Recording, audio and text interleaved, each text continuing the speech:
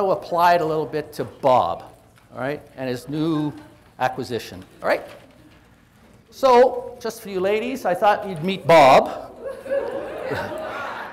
And he's really wanting to go into business for himself. And so one day he sees an ad, and there's a small motel on the edge of town, and he decides he wants to buy that. He's got the money, or some of the money, and he's also got he thinks he's got the ability to manage and run a motel. But we'll see, right? All of them have at least microwaves and small fridges and coffee makers. Some of the units do have kitchenettes, okay? If you notice on the picture, you'll see 2 chairs there. Most of his rooms has an outdoor sort of seating area. And on one side of the hotel, he's got a beautiful view of the parking lot and the highway. And on the other side, they're looking over a beautiful lake and some trees. Okay? So we're just setting it up for you. He does not include breakfast with his rooms. And fortunately, just down the road, there's construction. And they're building a new 100-store outlet mall. Okay? So it's just down the road. So Bob has to ponder the situation. So when he looked at the property, the financials looked pretty good, but he thought he could do better.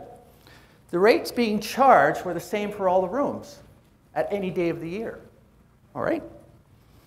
He has a mortgage on this property. The previous owner did not.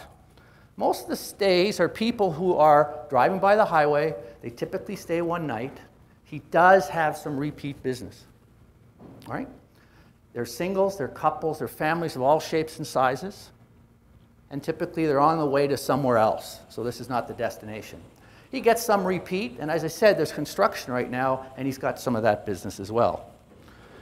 Bob also knows in his research that some people prefer motels over hotels. Specifically people who ride motorcycles, snowmobilers, some of the physically challenged prefer this type because they can put everything right at the door. They don't have to go very far. So there are customers out there who prefer this style of accommodation.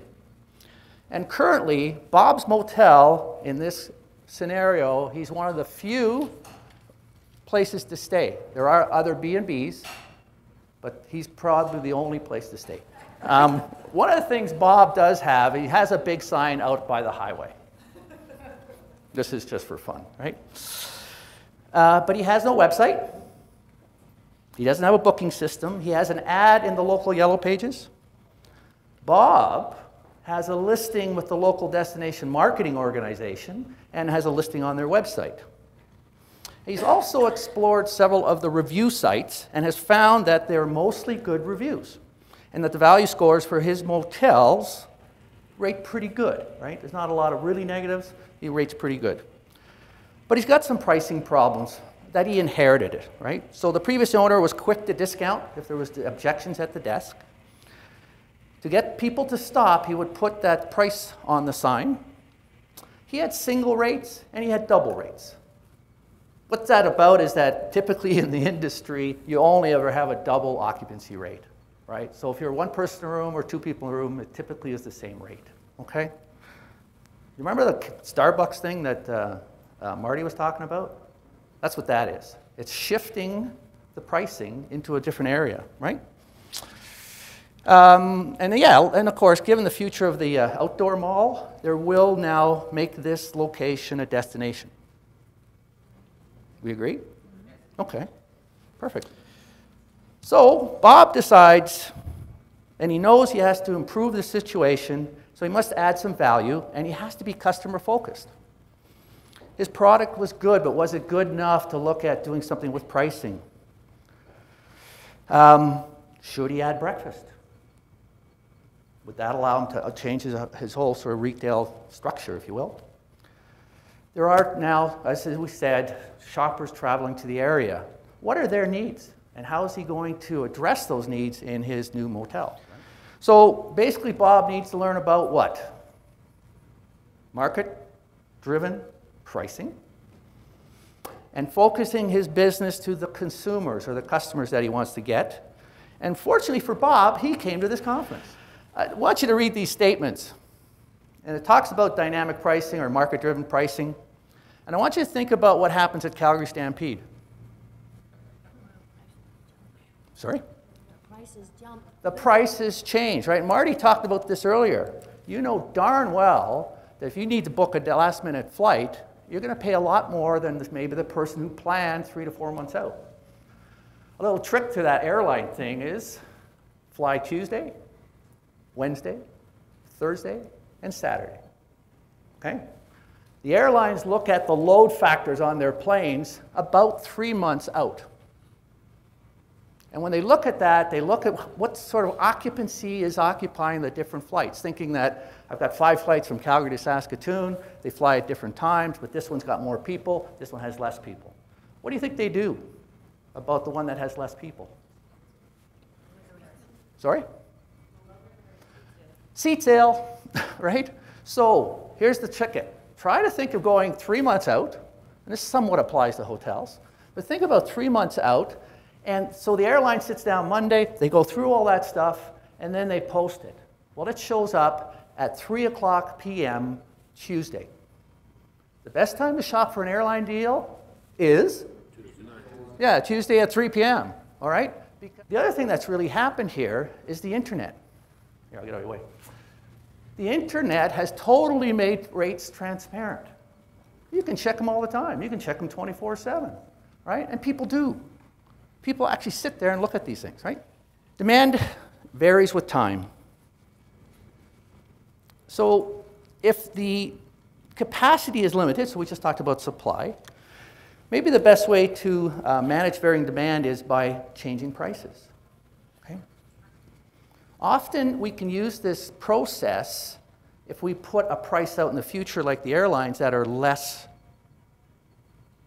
We can stimulate what's known as demand, or we can stimulate interest in taking that, because all of a sudden, I need to go sometime, but boy, this is a good price. I should go when they tell me I should go, right? So it works really well.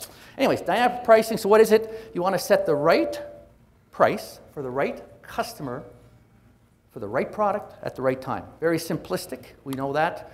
Basically, it understands a few things. You need to know your customers. We've been talking about this for a day and a half now. You need to talk to your customers. You need to understand them. You need to know what makes them tick, right? So, a little example here, very simplistic. I'll try to go through it very quickly. The very top on the left side, you see the gross rate is $80. I said that Bob didn't have any online booking or internet yet, right? He didn't have a website, so he's not available online. But I left these rates in here so you could see something. Typical, a travel agent will charge 10% to a hotel. If that travel agent or you as a customer go through a search engine, right, or you go into one of the, what we call online travel agencies or OTAs, there's other fees. There's channel fees and booking fees, and we're going to get into that too a little bit. And then on the other side, you see typically hotel expenses or motel expenses, okay? So everything from you have to pay somebody to clean the thing, you have to pay somebody to answer the phone, there's amenities that go in there, and we've talked about that, cheapening the amenities, but anyways, Bob's paying $3 for his amenities. Cleaning sheets and all that stuff. Anyways, there's mortgages, there's taxes, there's repairs and maintenance, utilities and cable, so that comes to about $45 per night, okay, if that room's used. So at the end of the day, decides that it's really busy one day, he actually increases his rate slightly. So this is approximately 10%, it's just a little bit more. So on the left, you'll see what we just looked at. On the right-hand side, with a little higher rate, direct costs are those travel agent and other fees that we talked about. They go up because they're on a percentage. So you see from $18 to $20 there. Expenses stayed the same, okay? The same expenses, nothing changed here with them. And again, Marty talked about fixed costs. Nothing changed. But we got a little bit more revenue. Now you can see the difference of $8, all right? So instead of a profit margin of 21, it's 28.